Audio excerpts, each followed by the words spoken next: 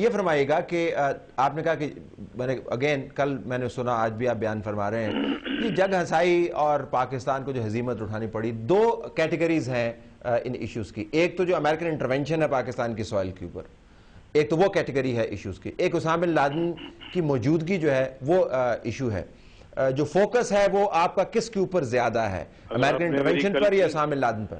کل کی اگر میری پریس کانفرنس اگر آپ نے سنی ہے تو وہ اس میں نے دونوں کا ذکر کیا ہے، اور میں نے دونوں کی بات کی ہے کہ ایک تو ان کی اسامہ بن لادن کی پریزنس پاکستان میں، اور اس کے بعد پھر جو ہے وہ جو جس طرح سے یہ آپریشن جو ہے وہ ہوا ہے، اور پھر ہم صرف بیٹھے رہ گئے اور کچھ نہ کر سکے.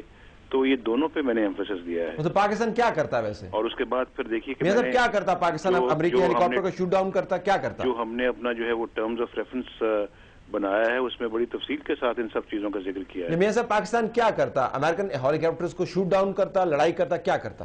پاکستان اپنی سوورنٹی کو ڈیفینڈ کرنے کے لیے جو بھی کرنا پڑتا کرتا. کیوں نہیں کیا ہم نے؟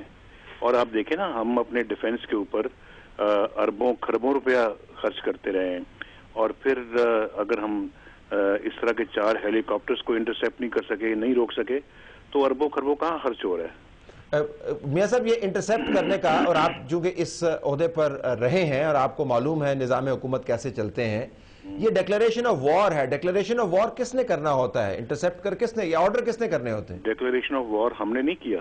نہیں، آپ نے انٹرسیپٹ کرنا ہے نا، ان کو ڈیفینڈ کرنے کا آرڈر جو ہے کہ یو آر انڈر اٹیک. پارلیمانی نظام کے اندر کس نے آرڈر کرنا ہوتا ہے go and defend? Who passes the order? دیکھیے یہ یقیناً جو سپریم کمانڈر ہوتا ہے یہ اس کا فرض ہوتا ہے.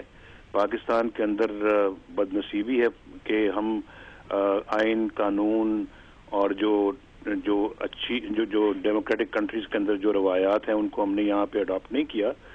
آپ دیکھیں کہ اگر یہ آپریشن تھا، اس کو کرنے کے لیے پریزیڈنٹ اوباما نے خود دستخط کر کے تو اس کی اپروول دی.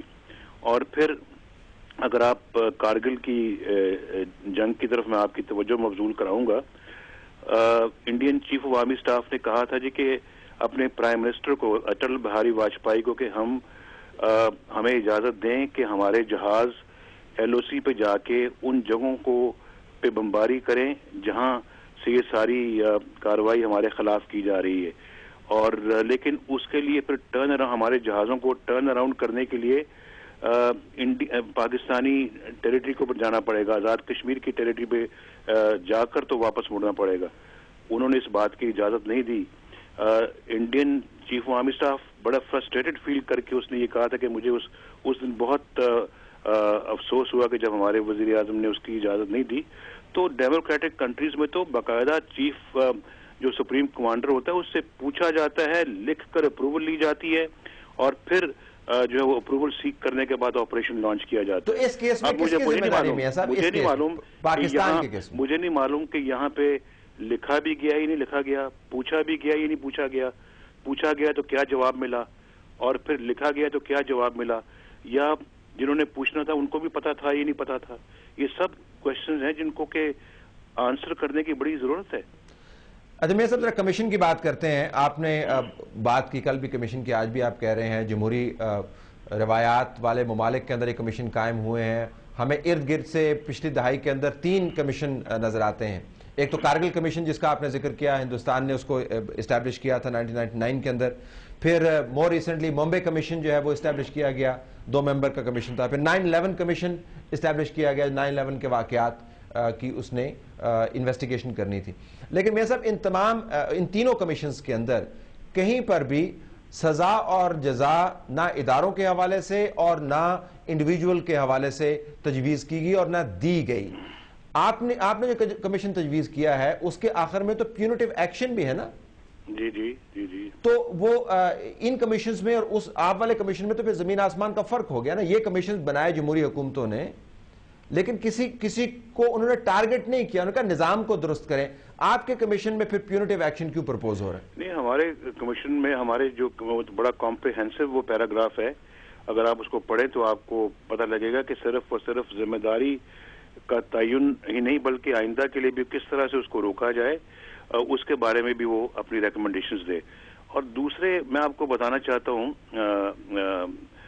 کہ آپ نے جو ان کمیشنز کی بات کی، آپ نے 2 کمیشنز کا انڈیا کے بارے میں بات کی ہے، ایک کمیشن کی 9/11 کی آپ نے امریکہ کی بات کی ہے. آپ کو طلعت صاحب شاید پتا ہوگا کہ جو سیکنڈ کمیشن ہندوستان نے جو قائم کیا تھا، اپوائنٹ کیا تھا، اس جو بامبے کے اندر جو دھماکہ ہوا تھا اس میں ان کا جو چیف تھا انٹیلیجنس کا، اس نے خود ریزائن کیا تھا اور وہ اس کو گھر جانا پڑا تھا. اب وہ ریزائن اس نے خود کیا تھا، اس کو اوپر سے کہا گیا تھا، لیکن انہوں نے پیونیٹیو ایکشن خود لیا.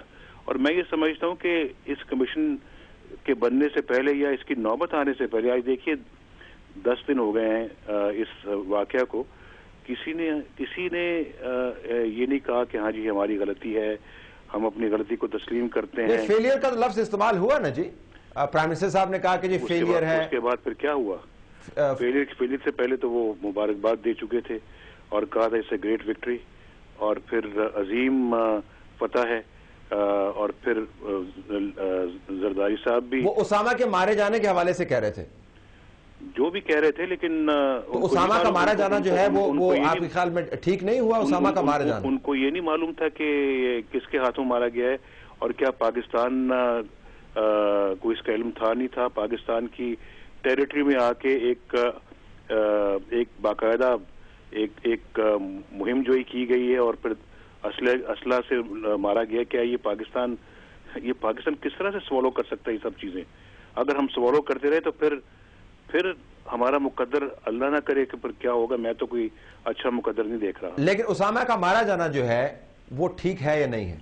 دیکھیں، اسامہ کا وہاں پہ آنا جو ہے وہ بھی جو ہے وہ کس طرح سے، اس کی کیا بیک گراؤنڈ ہے، کیسے ہوا، اور پھر وہاں پہ اتنے سالوں سے وہ رہ رہے ہیں، یہ سب چیزیں جو ہے یہ معلوم ہونی چاہیے. اور پھر یہ آپریشن جو ہے یہ لانچ کرنے کے بعد اس طرح سے چلے گئے.